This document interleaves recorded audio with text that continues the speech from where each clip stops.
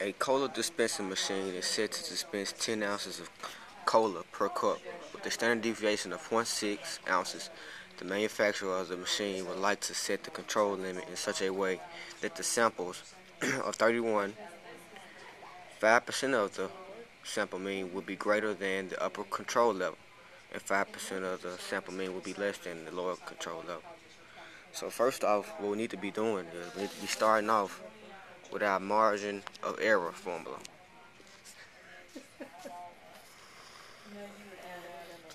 That's the formula we'll be starting with. But to go to a quick explanation, it's wrote out right here. Only thing you may want to add to this is putting your standard square root of the numbers in there, because it's not printed out on this. So it's 31 is your number. So you do the square root of that, work your problem out. The two answers that you're going to get are right here. You're going to get 9.82 and you're going to get 10.18. Alright, you got your control limit set. So the next one is you want to do letter B, and it says, what is the probability that if the population mean shifts to 9.5, this change will not be detected? Okay, so what you want to do is, for this one, is you want to take the closest interval to the 9.5, and you want to do the z function for that to find z. So quick explanation is, this is your z function right here. So you might want to write that down. Once you have that wrote down, I'm going to shift over to the quick explanation.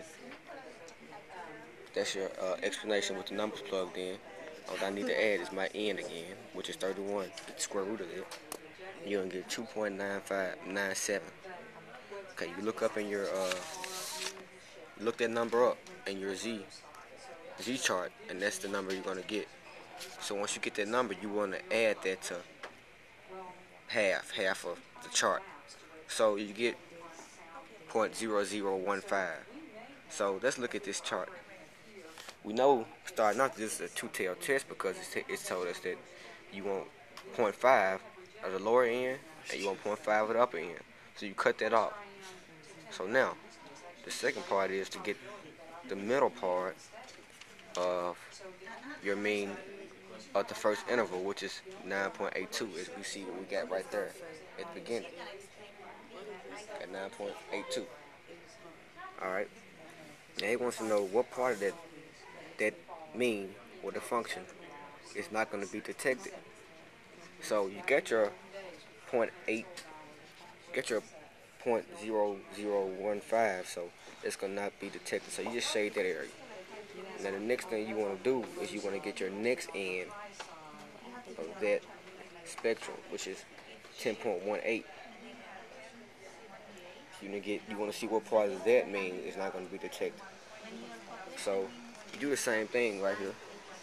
Let me add my standard deviation 31 again because it's not rolling there. So you get negative 3.90. Well, negative 3.90 equals the same as what you're getting. You want to minus that half of that. So it comes out to be 0. So actually on this end, you write your chart out like that because you have no error. So that's the end of my explanation.